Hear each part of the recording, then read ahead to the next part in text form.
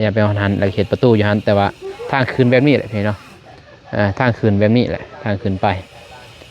คืนแบบนี้พี่เนาะเข้าไปหันเจ้าทลายเพราะว่าพระอาจารย์เพิ่นให้เฮ็ดอันเลยพี่เนาะเกาะตันมานะแล้วมาต่อใส่ห้องน้ำนี้พี่เนาะเกาะต่อใส่ห้องน้ำเลยมุ่งใส่ห้องน้ำนี่เลยน้ำไหลไปพุ่นพี่เนาะเพิ่นให้ต่อหันเลยแล้วก็มานี่มาต่ออยู่นี่อันนี้ก็บนนี่สิเชิญว่าดังไฟตีแรงส่วนนี้ตีแรงนะอย่างนี้เนาะตามพระอาจารย์เพิ่นว่าแต่ก็สิถามเพิ่นก่อนพี่เนาะถ้าว่าเพิ่นสิให้เฮ็ดเนาะบ่นุ่งก็สิซื้อไม้นี่แหละไม้นี่ก็บ่พอพี่เนาะแซ่บอยู่บ่สบายเด้อสบายดีเด้อโดยทางผู้ใหญ่ทางแม่เพิ่นเด้ออยู่ต่างประเทศพุ่นแหละแม่ทางพังไทยที่พักเงินทางบ่าวอนงมาให้น้องแล้วก็หลานก็ขอขอบบุญขอบคุณขอบอกขอบใจเด้อความเจ็บบ่ให้ได้ความไข้บ่ให้มีปรารถนาสิ่งใดก็ขอให้ได้ตามมุ่งมั่นปรารถนาสาธุ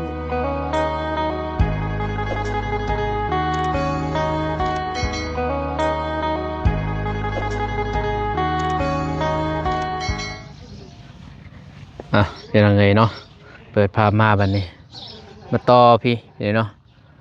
เข้าไปหาน้องจันทนาก่อนเพื่อนเนาะแจ้งข่าวดอกข่าวดีเพิ่นมีทั้งผู้ใหญ่เพื่อนเนาะอยู่พุ่นและต่างประเทศเพื่อนเนาะเพิ่นก็พาเงินมาให้ทางบ่าวนงเป็นสะพานบุญเพิ่นว่าขึ้นเฮือนเพื่อนเนาะเพิ่นก็บ่ทันเพิ่นว่าก็เลยพาเงินทางบ่าวนงมาให้น้องเพิ่นเพื่อนเนาะบ่าวนงก็เลยมามื้อนี้ว่านี้บ่ได้เข้ามาเพื่อนเนาะบ่าวนงก็เมื่อยก็เลยบ่ได้เข้าพักผ่อนแต่เดี๋ยวนี้ก็ยังเมื่อยอยู่เพื่อนเนาะกราบทักทายสบายดีสวัสดีเด้อพ่อแม่พี่น้องเมื่อสู่ขู่สู่คนกันยินดีตอนหับเข้าสู่2บ่าวนงเป็นยังไงเนาะสิเข้าไปหาน้องเพิ่นก่อนจังหน่อยเพิ่นเนาะเพราะว่ามาหาน้องพินนี่แหละน้องพินเพิ่นก็มากเฮือนหมดเป็นยังไงเนาะก็เลยเข้าหาน้องเพิ่นนี่แหละแต่บ่ทันดอกบ่าวนงก็เลยว่าอัปเดตให้พ่อแม่พี่น้องเบิ่งไปเลยเนาะเพราะว่ารอทาทางไอแดงมาอะไรจังเฮ็ดไปเนาะพอใหม่ต่อข้างหน้านี่ครบแล้วยังจะไม่เสื้อลาไปเลยเนาะกับบานประตูปงเอี่ยมนี่แหละพอเพื่อนน้องพินกับสีเฮ็ดแบบนี้ไปเนาะแบบนี้แหละแต่ว่าผมเป็นโมเดิร์นได้ไปเนาะเฮ็ดแบบนี้แอมมืดเลยแล้วก็บนนี่สีแอมไปเนาะแอมจนฮอดพุ่นบนหนองบุษบานังอะไรแอมไปหันแล้วเฮ็ดประตูอยู่หันแต่ว่าทางคืนแบบนี้แหละไปเนาะทางคืนแบบนี้แหละทางคืนไปคืนแบบนี้เนาะเข้าไปหันแล้วนี่จะมีปงเอี่ยมมีทางนาเนาะปงเอี่ยมหนึ่งอีกทางนี้ใส่ปงเอี่ยมแต่เบอร์นี้บริษัทใส่ลูกติงนั่นนี่แหละลงมาเลยเนาะเพื่อนน้องพินแต่เสด็จแอมทางในบริแอมเลยลวงเลยเนาะเพื่อนน้องพินแบบนั้นแต่ว่าส่งแบบนี้เลยแต่ว่าทางคืนแบบนี้เห็ดคืนทางนาเอาจะงามเนาะพอมันสีบ่พะนะเพราะว่าเห็ดดวดตัวนี้ยาวๆในนึงแต่น้องจันทนานี่ดวดยาวสำนองจันทนาพอดีเลยเอาไว้เกือบไว้ยังอะไรบนหันบนนังนิดนึงซื้อเนาะเข้าไปใส่เฮือนเป็นยังไงสิขับไปหาทางน้องเพื่อนเพราะว่ามีทางผู้ใหญ่เนาะมอบเงินให้น้องจันทนาแหละเป็นยังไงเนาะสิขับไปหาน้องเพื่อนอันนี้ห้องน้ำเนาะห้องน้ำกับพี่แหละเรียบร้อยไปเนาะมีแต่ว่าตัวนี้นี่ยังไม่ทันหูว่าทางพระอาจารย์เพิ่นใส่เฮ็ดเลยบ่เนาะแต่พอไอ้แดงลงมาเฮ็ดนี่เฮ็ดเพื่อนน้องพินนี่ก็เครื่องครัวนี่ก็สิจักสิแนวใดนะพี่เนาะใส่ไอ้แดงเฮ็ดเลยบ่หรือว่าในใดบ่เฮ็ดก็ให้ใส่จ้างสร้างใหม่พี่เนาะเพราะถ้าว่าไอ้แดงเฮ็ดเพื่อนน้องพินบ่าวน้องก็สิจ้างสร้างใหม่ตัวนี้เนาะสิเว้าเรื่องใหม่บางทีจ้างสร้างที่เพิ่นเฮ็ดห้องน้ำนี้เฮ็ดห้องน้ำให้เฮ็ดในเฮือนครัวให้น้องพินพี่เนาะเจ้าทลายเพราะว่าพระอาจารย์เพิ่นให้เฮ็ดอันเลยพี่เนาะเกาะตันมานะแล้วมาต่อใส่ห้องน้ำนี้พี่เนาะเกาะต่อใส่ห้องน้ำเลยมุ่งใส่ห้องน้ำนี่เลยน้ำไหลไปพุ่นพี่เนาะเพิ่นให้ต่อหันเลยแล้วก็มานี่มาต่ออยู่นี่อันนี้ก็บนนี่สิเพิ่นว่าดังไฟบ่นี่พี่เนาะ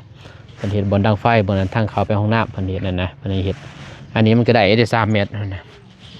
มันแต่นี้มาพี่เนาะแต่นี้มาในฮอดนี้มันก็ได้ละ3 เมตรปลาย นี่เพียงนี้ก็พอแล้วเพิ่นว่าเนาะบ่อยากเฮ็ดลังหนึงมันสินั่นโพดเนาะเฮ็ดนี่ปึ๊บแล้วเพิ่นบ่อยากให้น้ำตัวนี้อันตกมานี้เนาะให้มันไหลตกใส่หลังคาตัวนี้แล้วก็เฮ็ดหลังคาตัวนี้ก็ไหลตกลงนี้เลยนะ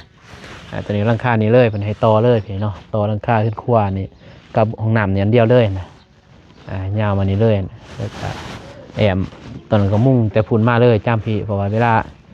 น้องจัฒนามาห้องน้ำมันสิบ่เปียกเพิ่นว่าสบายทางพระอาจารย์เพิ่นว่าเนาะเพิ่นแนะนำแล้วก็ตัวนี้แอมมานี่ใส่บล็อกมาเพิ่นว่าแล้วก็กอมานี่แล้วตีระแนงเนาะตีระแนงมาเพื่อนก้อนของเดิมแหละตอนนั้นก็ตีระแนงบนห้องน้ำนิดนึงเนาะนั่นแล้วก็กอบนห้องน้ำมันสีอัดเลยบนห้องน้ำมันกอตันเลยนะเนาะพอในห้องน้ำนี่มันสิบซากเลยเพื่อนเจอเลยทั้งพูดห้องน้ำเนาะเพื่อนนี่ซากบนห้องน้ำมันบซากก็เลยมันบอยากเวลากอตัวนี้มันสีโบนัสเนาะนี่กอเพียงนี้เด้กอในนี้เด้นี่กอในนี้มันสิบซากห้องน้ำแต่กระยามันจะกอมาในนี้ก็ได้แล้วเป็นขั้วนี่แล้วก็มานี่เป็นขั้วได้แล้วซ้ำเป็นขั้วนะซ้ำเห็ดกินเห็ดยาก็ดีกว่าไปเห็ดอยู่พี่นะพี่น้องเนาะก็เลยเอาเพิ่นให้เฮ็ดบนนี้แล้วตัวนี้แอมเลยตัวนี้สิแอบเนาะแอมตันเลยเพราะว่าทางห้องน้ำมันสิเข้ามานะแอมตันเลยแล้วก็มานี่ใส่ประตูบนนี้ประตูนี้เข้ามานี้เนาะเข้ามานี่เข้าไปห้องน้ำก็เป็นยังนี่กะตัวนี้ก็แอมเนาะหรือบ่แอมก็ได้นะพอบนนี้มีแต่แอมตัวนี้มีแต่มุ้งตัวนี้ซื้อเนาะมุ้งตัวนี้มุ้งหอดนี้เลยมุ้งหอดให้น้ำไหลพุ่นเลยนะใส่ห้องน้ำเลยแต่ว่าตัวนี้ได้แอมเนาะแอมสูงเลยตัวนี้จะบดตีระแนงพอทางห้องน้ำมันซีเมนต์เลยเอาตันเลยแต่ว่าสตีระแนงเมืองนี้ส่วนนี้สตีระแนงส่วนนี้สตีระแนงนะอย่างนี้เนาะตามผายจานเป็นว่าแต่ก็สิท้าเพิ่นก่อนเพิ่นเนาะถ้าว่าเพิ่นสิให้เฮ็ดเนาะบ่นุ่งก็สิซื้อไม้นี่แหละไม้นี่ก็บ่พอเพิ่นเนาะซื้อไม้เซนนี่ก็หลายเติบอยู่ประมาณ20ปลายโตเพิ่นเนาะไม้เซนแล้วไม่แป้นก็มอง10ปลายโตไม้แป้นพอสตีระแนงนี่แล้วก็ดินบล็อกอีกเพิ่นเนาะดินบล็อกนี่ก็ประมาณ300ก้อนเพิ่นเนาะดินบล็อกพอได้ก่อตอนสุดเลยเด้ประมาณนั้น300ก้อนแล้วก็ประตูแล้วก็สังกะสีก็หลายล้านเติบแหละเพิ่นเนาะแต่ว่าพระอาจารย์เพิ่นเสียดบ่อประมาณหลักหมื่น30,000นั่นแหละ30,000กว่านั่นแหละ30แล้วค่าสร้างค่าหยังนั่นดิแต่ว่าสร้างเพิ่นสิเอาเท่าใดบ่ฮู้ถ้าว่าไอ้แดงนี่เอา5ล้านเพิ่นเนาะถ้าไอ้แดงเฮ็ดไอ้แดงสิเฮ็ดนี่ก็บ่ได้ดอกเพิ่นเนาะเพราะว่าบ่นุ่งก็สิเฮ็ดเฮือนน้องพินนั่นน่ะ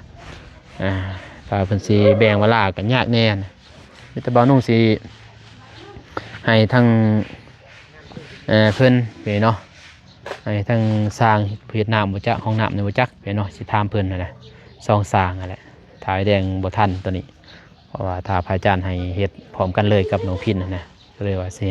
จ้างสร้างผู้ใหม่ว่าสิเอาซำใดสิขอร้องเพิ่นขอต่อเพิ่นนั่นแหละเนาะขอร้องขอติดต่อเพิ่นว่าเพิ่นสิเอาทำใดไปขึ้นไปหาทางทีมงานเพิ่นเฮ็ดอิหยังกินข้าวบ่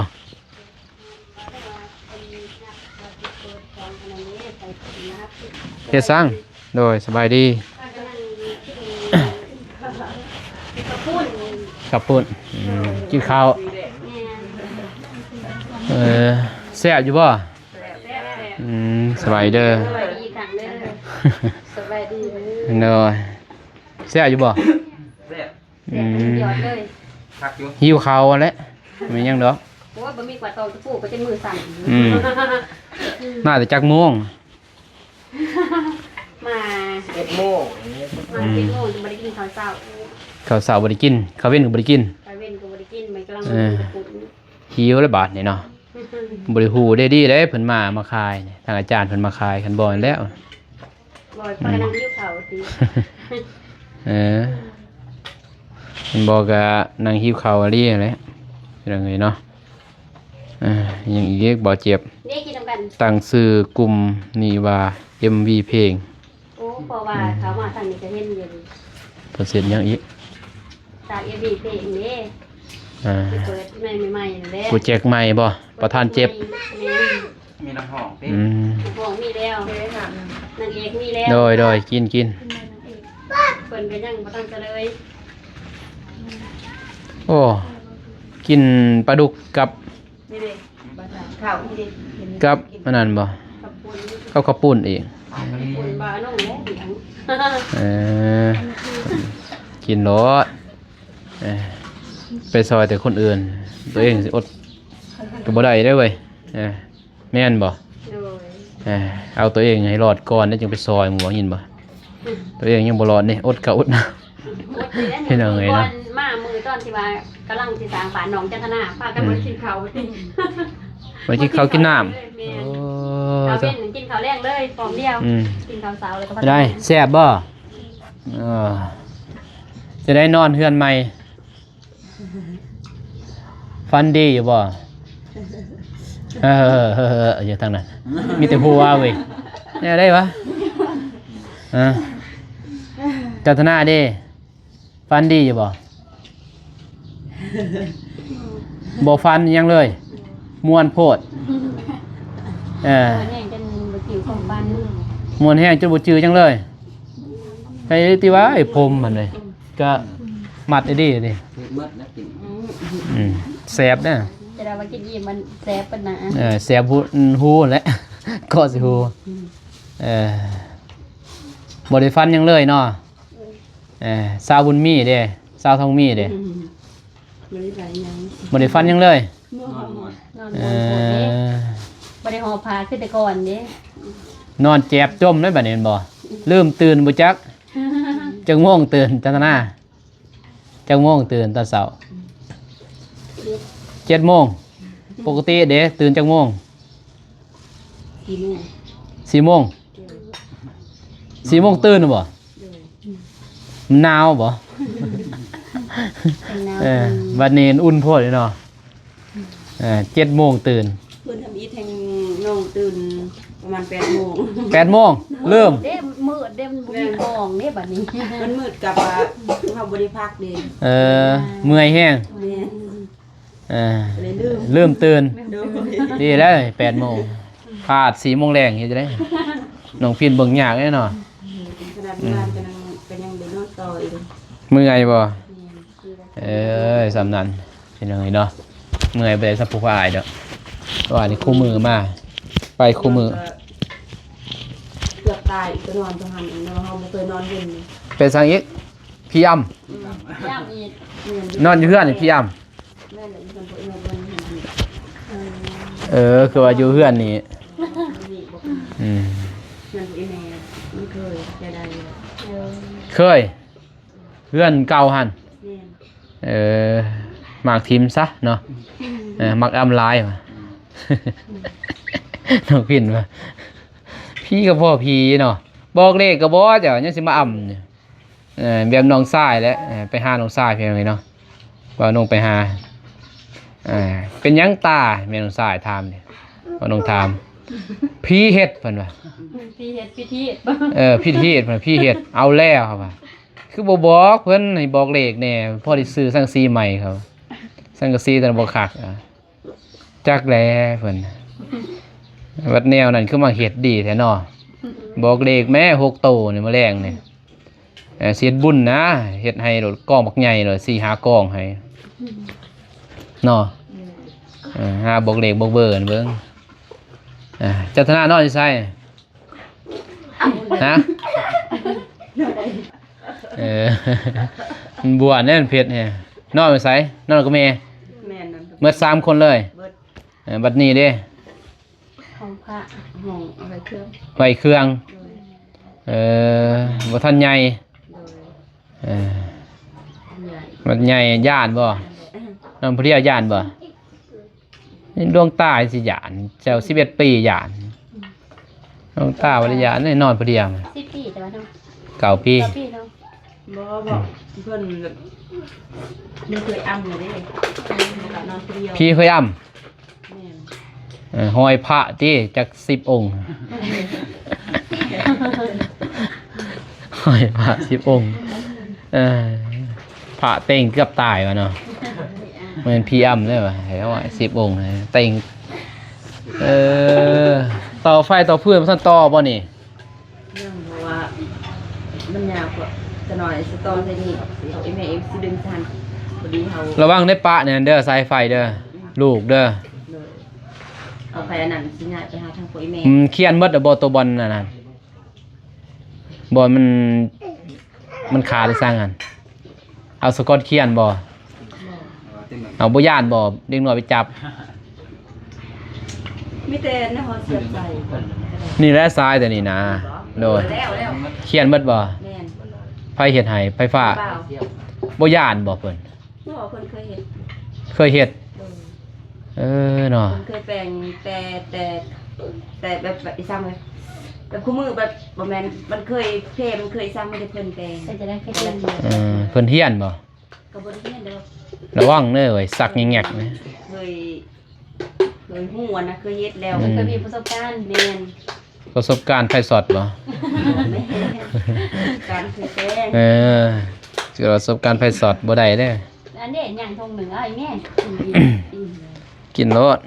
คือเพื่อนหนองพลอยเพิ่นมื้อนี้ไปทางแม่หนองพลอย นี่น้ำ ไปได้เพชรบ่เพิ่นเฮ็ดเพชรอีหลีนี่ลำเบิง ผู้ใหญ่กินผู้ที่แซ่บแบบเผ็ดๆมันๆดี อืม เพื่อผู้น้อย เอาเงินมาให้พี่น้อยเนาะน้องกันธนาแม่อยู่ต่างประเทศพุ่นแหละเพิ่นก็เพิ่นว่าผู้แค้นขึ้นเฮือนพร้อมมาเหมือนบ่ทันเพิ่นว่าเพิ่นพากมามื้อซื่นนี่แหละแต่ว่าน้องว่านี่บ่ได้เข้ามาบ่สบาย5 เซนกีบพี่เนาะ1 2 3 4 5 เซนเอาแม่เมาลูกยังกินลูกเหี่ยวแห้งไฟกับพ่อแหละเนาะอดเลยอดบ่ได้ได้ดีได้นี่ยูทูบเบอร์บ่หลายอันยูทูบเบอร์หลายนี่หน้าเรื่องหมดได้บาด เขาก็ น้อยบ่ได้กินข้าวบนมื้อ บ่มีนี่ก็ว่าอันนี้หนู เลยทางผู้ใหญ่ทางแม่เพิ่นเด้ออยู่ต่างประเทศพุ่นแหละเป็นคนลาวไม่ยัง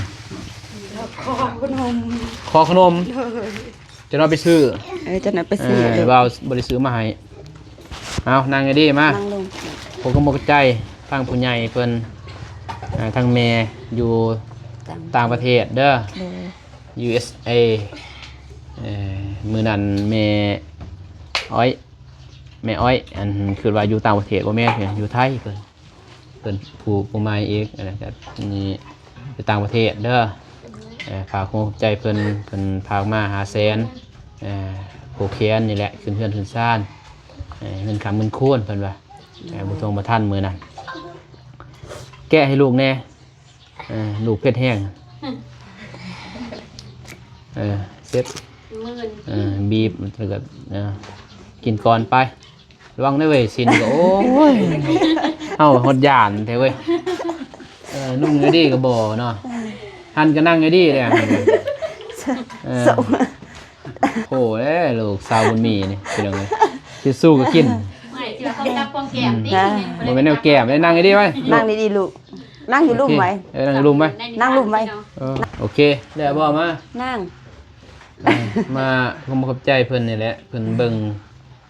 ติดตามทางครอบครัวเจ้าเนี่ยใส่หลอกบ่โอ้มีกระแจกครบเนาะ ด้วย แบบนี้นี่บ่ตายแบบนี้เฮ็ดคือซาลี่น้องนั่นตายไว้อะไรเพิ่นเนาะ เด็กเก๋แกลกเด็กหน่อยดินเด้อันนี้นี่บ่ตายนี่ใส่กระแจจบกระแตตายก็แล้ว ใส่แล้วก็ออกมาแกลกแต่อย่าลืมกระแจเด้อ ด้วย อันนึงไว้อยู่เฮือนอันนึงถือไปเจ้าบ่ ด้วย บางทีเฮียอยู่กับป่าเซ็ตอัน ยังมีอยู่เพื่อนแค่ได้แมันบ่ ด้วย มีก็จะไปไว้อยู่ในยินบ่ ด้วย อันไว้อยู่ในก็ซัมบ่ว่าแหละสกิแจตัวเองหาเสื่องนี่แหละเท่านี้แล้วดูลิกบ่พากไว้นำพอมันพินเนาะนี่แน่ได้เพิ่นอยู่เพื่อนเอาขอบใจไว้ทางแม่ก่อน ขอบคุณเด้อทางแม่ทางพังไทยที่พากเงินทางบ่าวอนงมาให้น้องแล้วก็หลานก็ขอขอบบุญขอบคุณขอบอกขอบใจเด้อความเจ็บบ่ให้ได้ความไข้บ่ให้มีปรารถนาสิ่งใดก็ขอให้ได้ตามมุ่งมั่นปรารถนาสาธุ โดยจันทรา ขอบคุณเด้อทางพระอาจารย์ไปทีนี้ ไปจะไปทุ่น บอก บ่ แม่ แม่น ทางไม่ได้เด้อ ทางแม่ ทางแม่ อยู่ต่างประเทศเด้อ ต่างประเทศ เอาโอเคบ่ไม่ บ่ไม่ลูก จะไปทุ่นได้อพี่น้องติดปากเนาะ เคย โอเคบ่ไม่เด้อา ขอบคุณเด้อว่า คุณเด้อ แม่อยู่ต่างประเทศ จะส่งเงินมาให้ ที่ส่งเงินมาให้ ทางนาบาวอนง ทางนาบ่าวอานุ่ง ขอให้ ขอให้อยู่ดีมีแห้งคนเจ็บก็ได้ขอให้เรื่องนี้ขอให้สิ่งที่เขามีใส่ขอให้ร่ำให้รวยซะ โดยสาธุนี่เก็บไว้แล้วเพิ่นว่าซื้อหยังก็ได้เนาะบ่น้องว่าเจ้าสิซื้อหยังหั่นน่ะขี่รถจักรจะได้หยังบ่มีหยังแน่บ่ทันได้ในเฮือนตู้บ่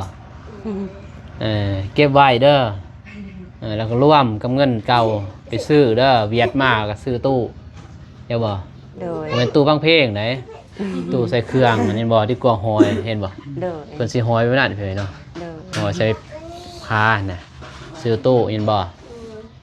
ก็เอาไว้แล้วก็มันเก็บเมียนแล้วยานูยาในแต่ว่ามันบ่หกนี่บ่เป็นหยังดอก โดย เฮือนใหม่เด้ถ้าหกแล้วเด้จะได้นูแล้วมาอยู่ยินบ่กัดเสือกัดสงเด้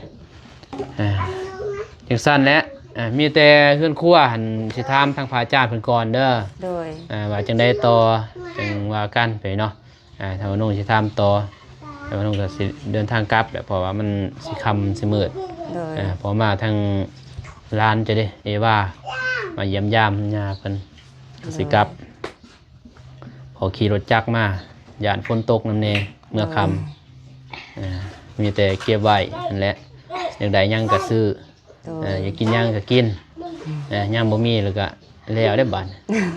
แต่ว่าซื้อก็ซื้อแนวมันจำเป็นนั่นแหละยินบ่ โดย เพราะมันสิมีเลยได้บัดนี้บ่มีได้บ่ได้มาซอยได้บัดนี้เด้อ โดย ทางผู้อ้ายก็ทายบ่ได้ซื้อแล้วถ้าผู้ใหญ่เพิ่นบ่ซอยก็บ่ได้ยินบ่บ่ได้เด้ห้องน้ำก็ได้เรือนก็ได้ยังแต่เรือนครัวแม่นบ่ โดย เรือนครัวก็เฮ็ดน้อยๆดอกเพิ่นเนาะบ่นุ่งเศษนั่นน่ะแต่พระอาจารย์เพิ่นใส่มุ้งหมดนั่นน่ะมุ้งจนฮอดห้องน้ำเลยบ่ให้เปียกเวลาย่างไป โดย มันต้องใส่งบหลายเห็นเนาะประมาณ 30,000 ป้าย30,000 บาทพุ่นแหละจังแล้วรวมเขาค่าสร้างมันจะเสียดายจักบ่เพื่อนน้องก็ห้องเดิมก็ยังหลายเติบหมดอันนี้เฮาต้องได้ซื้อปูนแม่นบ่ โดย ซื้อทรายนี่ยันบ่พอบ่ได้ซับคันจะซื้อใหม่อีกสาย โดย ก็แห่นี่พอแล้วแห่นะซื้อบอกใหม่อีกเด้จังซั่นแหล้ว โดย สบายดี สบายดีเด้อ เลยโอเคพี่เนาะบ้านน้องกาสิเดินทางกลับก่อนบัดนี้เพราะว่านี่แหละมาเยี่ยมยามน้องเพิ่นไปเนาะขึ้นบ้านใหม่ถือว่าสำเร็จเสร็จสิ้นทางน้อง